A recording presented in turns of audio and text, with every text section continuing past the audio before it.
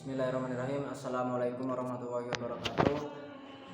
Terima kasih Allah, terima kasih Nabi Muhammad, dan terima kasih kepada kedua orang tua kita dan guru-guru kita, yang dimana berkat syafaat dan berkah barokahnya beliau, kita masih diberikan kesempatan dan kesehatannya, sehat walafiat hingga sampai sekarang ini.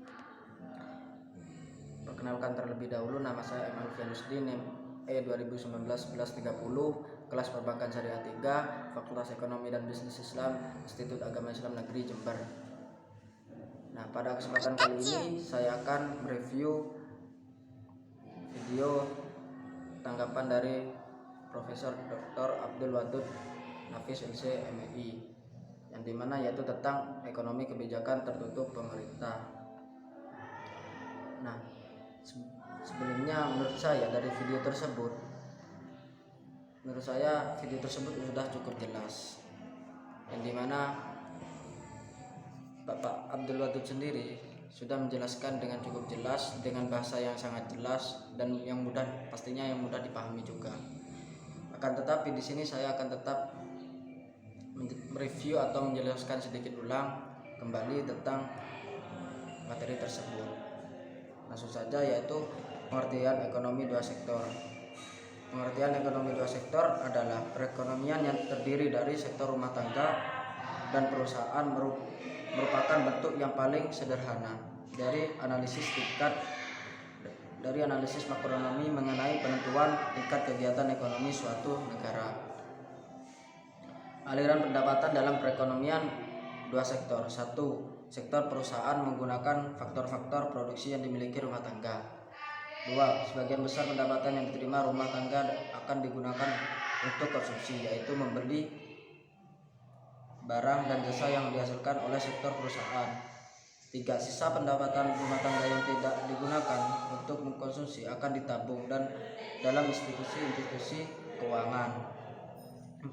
Pengusaha yang ingin melakukan investasi akan meminjam tabungan rumah tangga yang dikumpulkan oleh institusi keuangan. Hubungan antara konsumsi dan pendapatan.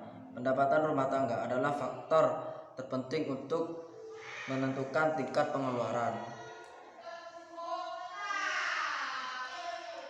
Kecondongan mengkonsumsi. Kecondongan mengkonsumsi marginal atau yang disingkat dengan istilah MPC merupakan perbandingan di antara pertambahan konsumsi yang dilakukan dengan pertambahan disposable income yang diperoleh. 2. Kecondongan mengkonsumsi rata-rata merupakan perbandingan di antara tingkat konsumsi dengan tingkat disposable income. Kecondongan menabung. Kecondongan menabung marginal atau yang biasa disingkat dengan bahasa MPS merupakan perbandingan antara pertambahan tabungan dengan pertambahan disposable income. Yang kedua, kecondongan menabung rata-rata menunjukkan perbandingan antara tabungan dengan pendapatan disposable. Yang terakhir yaitu investasi dan fungsi investasi. 1. Pengertian investasi. Investasi sering dikenal dengan nama penanaman modal. Investasi merupakan komponen kedua yang menentukan pengeluaran agregat. Investasi merupakan pengeluaran atau perbelanjaan penanaman modal atau perusahaan untuk membeli barang-barang modal dan perlengkapan produksi untuk menambah kemampuan memproduksi barang dan jasa yang tersedia dalam perekonomian.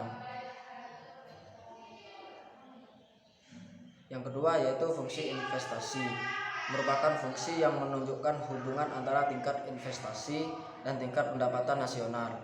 Fungsi investasi otonomi merupakan investasi yang besarnya tetap atau jenis investasi yang tidak terpengaruh dengan besarnya pendapatan.